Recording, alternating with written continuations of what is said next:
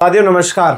साथियों आप सभी को पता है, ऑलरेडी हमने बता भी चुके हैं कि इंडियन नेवी इनसेट 01/2024 फायरमैन और फायर इंजन ड्राइवर का रिजल्ट आ चुका है। तो उन सभी को हार्दिक बधाइयाँ, हार्दिक शुभकामनाएं उनको कि जिन्होंने इस प्रोविजन लिस्ट में फाइनली सिलेक्शन लिया है। तो लगभग ये सूची कैसी है? क्या ये अंतिम सूची है? क्या इसके बाद में कोई और रिजल्ट आएगा? क्या हम इसको फाइनल सिलेक्शन माने? काफी सारे दिमाग में आपके बहुत सारे क्वेश्चन होंगे।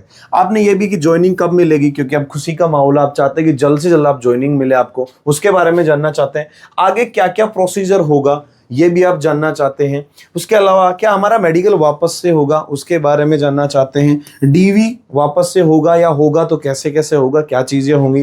कट ऑफ एस्टिमेट क्या गई है, जिनका सिलेक्शन नहीं हो रहा है या जिनका कहीं ना कहीं प्रॉब्लम था कि मेरी कट ऑफ से भी मुझे नंबर ज़्यादा है, उनके साथ क्या हुआ, कट ऑफ में कुछ गड़बड़ी हुई, या फिर जिनके नंबर ज़्यादा होने के बावजूद भी उनका सिलेक्शन नहीं हुआ, उनके साथ क्या क्या चीज़ें हुई है, क्या रीज़न रहे उनके बाहर होने के, उन सभी चीज़ों के बारे में जो है हम जानेंगे। तो भैया वीडियो को अंतिम तक देखना है, लास्ट तक देखना है, अच्छे से समझना है। और जो सिलेक्टेड हो चुके हैं उन सभी को मेरी तरफ से, हमारे एकेडमी परिवार की तरफ से बहुत बहुत हार्दिक शुभकामनाएं, बहुत बहुत हार्दिक बधाई है उन सभी को कि आपकी मेहनत रंग लाई। आपने जो मेहनत करी सीबीटी एग्जाम में, आपने जो फिजिकल में सारी चीजें जो आपने करी है, उनका अंतिम परिणाम आपको देखने को मिला है। तो क्या हुआ था भाई, इसके बारे में जानेंगे।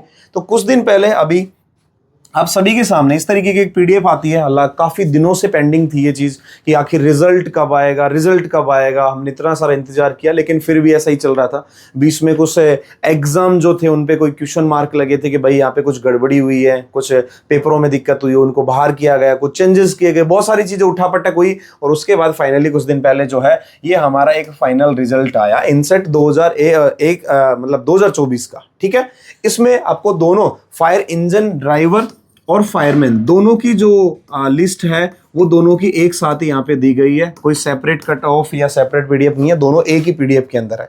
अब इसमें जो भी कैंडिडेटों के नाम है, जो भी स्टूडेंट्स के नाम है, वो कैसे नाम है। तो भाई यहाँ पे देखो, सबसे पहला फायर इंजन ड्राइवर है, तो इसमें आपका रजिस्ट्रेशन नंबर है, रोल नंबर है, आपका नाम है और कौन सी कैटेगरी से आपका सिलेक्शन हुआ है। ऐसे विद्यार्थी जिन्होंने अच्छा मेहनत किया है वो जनरल कैटेगरी से आ गए। ठीक है, ये सारे तो आप इसमें देख सकते हैं। जिन जिनका इसमें नाम है भाई उनको बधाई है। वो लगभग ये समझ लो 99.99% क्या है भैया, 99.99% उनके सिलेक्शन हो चुका है। वो अब घर में मिठाइयां बांट सकते हैं, लगभग सभी बांट सकते हैं। लेकिन 0.01% मैंने क्यों रखा है, अभी डीवी बाकी है और मेडिकल भी होना बाकी है। तो आपको अगर कोई मेजर प्रॉब्लम नहीं है, आपके डॉक्यूमेंट्स में कोई मेजर दिक्कत अगर नहीं है, तो आपका 100% सिलेक्शन है कि आपको कोई रोक नहीं सकता, क्योंकि जितनी पोस्टें थी लगभग उतनी पे ही रिजल्ट आए। तो इस प्रकार का रिजल्ट हमें देखने को मिला, ये फायर इंजन ड्राइवर का रिजल्ट है। ऐसे ही हमें आगे देखने को मिला फायरमैन का।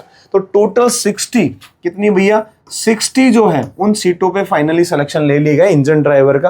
बाद में कैटेगरी वाइज कट ऑफ भी दी गई है, तो नाम मैच कर ले सबका, जिन जिनका नाम आया उन सभी को बधाई। और हमारे एकेडमी से भी बहुत सारे बच्चों का सिलेक्शन हुआ, लगभग मोर देन 25 बच्चों का हमारे यहाँ पे सिलेक्शन हुआ और A1 all India first rank में हमारे यहाँ से निकले। तो सभी को बहुत बहुत बधाइयाँ। कट ऑफ एक बार हम देख लेते हैं। तो कट ऑफ क्या रहा है भाई, जिस एस्टिमेट कट ऑफ जो हमने दिया था लगभग उसके आसपास ही रहा है।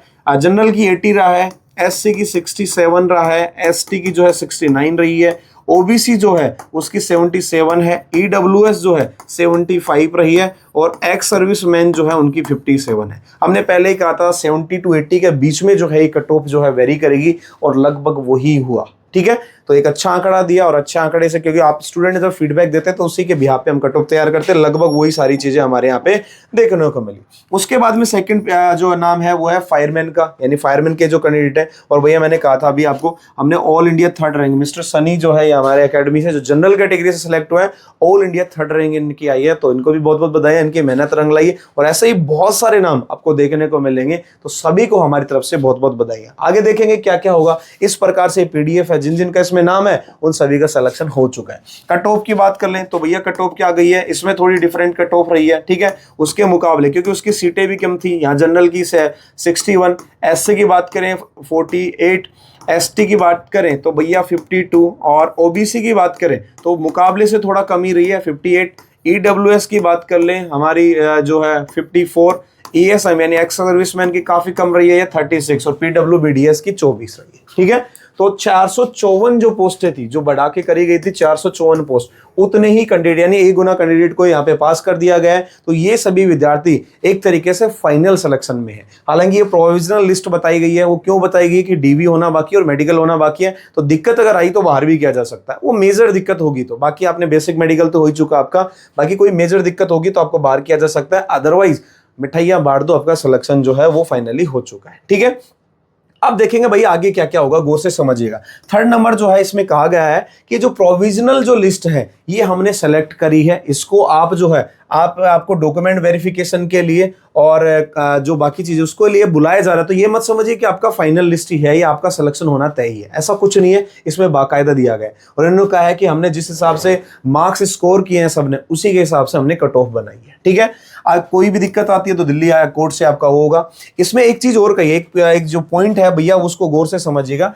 ऐसे स्टूडेंट जो है जिनके कट ऑफ से नंबर जिनको ज्यादा लग रहे थे, क्या थे भाई ज्यादा, मेरे पास भी बहुत सारे क्वेश्चन है कि सर मेरे कट ऑफ से नंबर ज्यादा थे लेकिन फिर भी मुझे क्यों बाहर कर गए। तो इन्होंने स्पष्ट बोला है कि किसी के नंबर ज्यादा हो हमें उससे कोई फर्क नहीं है, लेकिन अगर डीवी में कोई प्रॉब्लम थी, डॉक्यूमेंट्स में कोई उठा पटक कर दिया, अपने गलत सर्टिफिकेट लगा दिया, कुछ और दिक्कत थी, या फिर आपने जो है किसी भी प्रकार के मेडिकल में कोई दिक्कत या फिजिकल वहां पे जो चीजें हुई थी उसमें दिक्कत आई है, तो उसको सीधा सीधा क्या कर दिया है, बाहर कर दिया है। चाहे आपके कट ऑफ नंबर ज्यादा ही हो, कोई दिक्कत नहीं है उससे।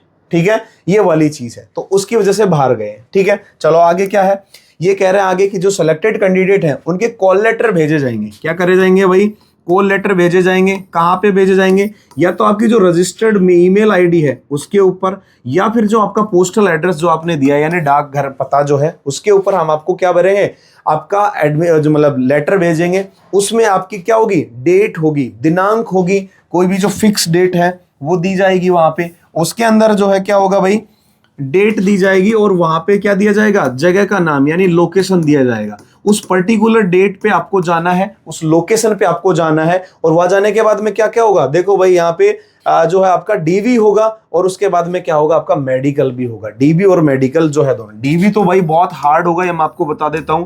किसी ने कुछ गड़बड़ घोटाला किया तो डीवी में फंसोगे, 100% बात है। डिप्लोमा में कोई दिक्कत है तो दिक्कत आएगी, तो डीवी बहुत स्ट्रिक्ट होगा। मेडिकल भी होगा, मैं आपको बता देता हूं। काफी सारे लोगों कहना है सर हमारा मेडिकल तो हो चुका था, लेकिन भैया बेसिक मेडिकल और करवाया जा सकता है। ठीक है, चूंकि इन्होंने मेंशन किया इस चीज को लेके कि भाई मेडिकल भी हो सकता है। देखो यहाँ पे गौर से देखो, आप यहाँ पे लिखा हुआ है ये वाला डॉक्यूमेंट वेरिफिकेशन प्लस में मेडिकल एग्जामिनेशन। बेसिक करवाएंगे, हालांकि ज्यादा नहीं रहेगा। डीवी में भी छुटकारा हो सकता है, मेडिकल ना भी करवाएं, लेकिन दिया गया तो शायद हो सकता है, तो उसके लिए प्रिपेयर होके जाएं, बाकी दिक्कत आ सकती है आपको। ठीक है, अगर आपका कोई मेजर बहुत बड़ा पॉइंट है या कोई दिक्कत ज्यादा ही है तो ही बाहर करेंगे, अदरवाइज फाइनल सिलेक्शन है। तो वहां पे आपको क्या होगा, डेट आएगी, उस लोकेशन पे आपको जाना है, अपना डीवी वगैरह सब करवाना है, और उसके बाद में आपको सीधा क्या करेंगे, आगे की तरफ भेज दिया जाएगा। ठीक है, वहां पे इन्होंने कहा है कि 1 से 2 दिन का समय भी लग सकता है, तो अपने रहने खाने की व्यवस्था आप अपने हिसाब से करें, वरना दिक्कत आपको आ सकती है। ठीक है, सारी चीजों का ध्यान रखें, सारी चीजों का बढ़िया तरीके से ध्यान रखें, अपने घर पे रहें, सुरक्षित रहें। इधर उधर ऐसा ना हो कि बदमाशी कर लें आप, बहुत खुशी के चक्कर में कुछ इधर उधर कांड कर बैठे, कोई केस लग जाए या हाथ पैर टूट जाए, ऐसा ना करें। अपन ध्यान से रहें और इस सफलता को एंजॉय करें, अपनी फैमिली के साथ एंजॉय करें। और जब तक ये नहीं आता है कॉल लेटर, तब तक ये वेट करें। कब आएगा इसके लिए मैं बता देता हूं भाई, काफी जल्द जो है आपको देखने को मिलेगा। जल्द ही ऐसे समझोगे अगले 1-2 सप्ताह के अंदर आपको एक खुशखबरी मिलेगी और जल्दी आपको बुला लिया जाएगा। ठीक है, तो अगेन आप सभी को बहुत बहुत बधाइयां कि आपने इस एग्जाम को क्लियर किया, इस फाइनल सिचुएशन पे पहुंचे हैं कि जहां पे आप अपना परिवार जो है आपके ऊपर बहुत ज्यादा प्राउड फील करें और अपनी जो जिंदगी जो सपने हैं वो आप पूरा कर पाए। ठीक है, तो आप सभी को बहुत बहुत बधाइयां। जय हिंद, जय भारत।